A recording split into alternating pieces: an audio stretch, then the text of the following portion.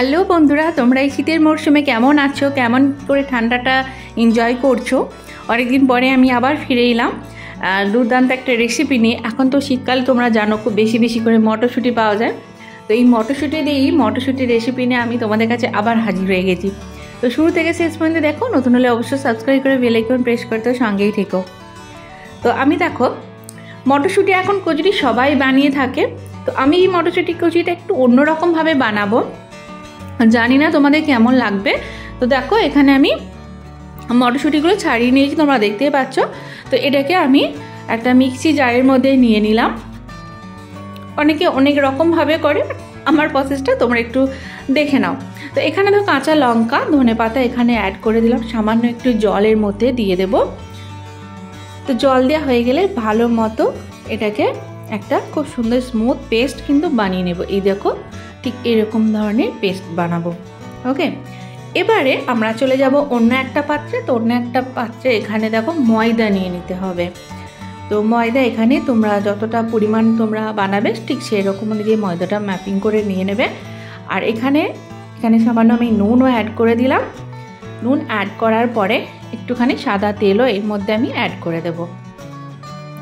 তো সব কিছু দেওয়ার পরে শুকনো হাতে ভালো করে এটাকে এভাবে হাতের সাহায্যে মেখে নিতে হবে কিছুটা সময় নিয়ে। তো এইভাবে হাতের সাহায্যে তেল, নুন ও ময়দা ভালো করে শুকনো হাতে এভাবে মেখে নিতে হবে। ওকে, তারপরে পরের স্টেপে আমরা চলে যাব। এই স্টেপে দেখো আমি যে পেস্টটা বানিয়েছিলাম মটরশুঁটির পেস্ট, তো ওইটা আমি এই ময়দার মধ্যে দিয়ে দেবো একেবারে। ওকে, এটা আমি কোনো রকম কিন্তু পুর তৈরি করছি না, ইনস্ট্যান্ট আমি এটাই বানাবো। তো এগুলো এর মধ্যে আমি দিয়ে দিলাম। এবারে ভালো করে এটাকে মেখে নিতে হবে ময়দার সঙ্গে।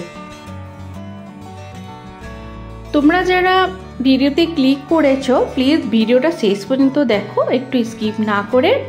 ভালো লাগলে অবশ্যই তো লাইক কমেন্ট করো, প্রচুর পরিমাণে শেয়ারও করো। তো দেখো মাখা হয়ে গেছে, একেবারে একটা মণ্ড কিন্তু তৈরি হয়ে গেছে।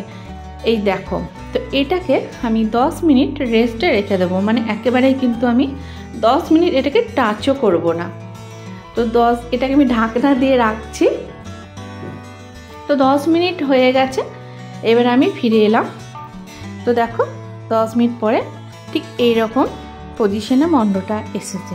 তো এটাকে আরও হাতের সাহায্যে ভালো করে উল্টো পাল্টা করে এটাকে বেঁকে নিতে হবে, একেবারে গোলাকার তৈরি করে নিলাম। এখান থেকে আমি এবারে ছোট ছোট লেচির আকারে এভাবে গুটি কেটে নেব। হাতের সাহায্যে গুটিগুলো গোলাকার করে নেব। এটা খুবই বানানো সহজ, একেবারে খাটনি নেই বলতে গেলে। তো এভাবে হাতের সাহায্যে খুব সুন্দর গোলাকার একটা শেপ দিয়ে নেব, যাতে লুচিটা কিন্তু গোল গোল হয়। তো এভাবে একটু তেল আমি লাগিয়ে দিয়েছি বেলনাতে। তো এভাবে আস্তে আস্তে করে এটাকে বেলে নেব। দেখো লুচি কিন্তু মানে গোলাকার হয় খুবই কম, আমার তো গোলাকার হতেই চায় না, জানি না তোমাদের গোলাকার হয় নাকি। তো অনেকটা শেপ এখানে দিয়ে নিয়েছি গোলাকার, তোমরা দেখেই নিচ্ছ। তো যাই হোক, এটাকে আমি এবারে চলে যাব চুলায়। গরম তেলের মধ্যে এটাকে এভাবে ছেড়ে দেব। চুলার আঁচ অবশ্য মিডিয়ামই রেখো। তো এটা আমি একটা ঝাঁঝরার সাহায্যে এভাবে হালকা হালকা টাচ করে দেবো, যাতে এটা ফুলে ওঠে। তো দেখো ফুলে উঠেছে খুব সুন্দরভাবে, তোমরা দেখতে পাচ্ছ খুব সুন্দরভাবে কিন্তু ফুলে উঠেছে। আর এইরকম ফোলা ফোলা কচুরি খেতে কিন্তু খুবই ভালো লাগে, লুচি বলো কচুরি বলো ফুলকোই ভালো লাগে। তো এটা উল্টে পাল্টে উপর পিঠটাও ভালো করে এটাকে তেলের মধ্যে ঠিক এরকম পজিশনে।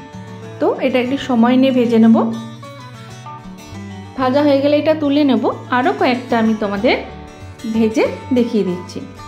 সবগুলো ফ্রাই করে দেখানোটা হবে না, যেহেতু ভিডিওটা অনেক বড় হয়ে যাবে। তো ছোট্ট করে ভিডিও করেছি, তোমাদের হাতে সময় নেই ওই জন্য।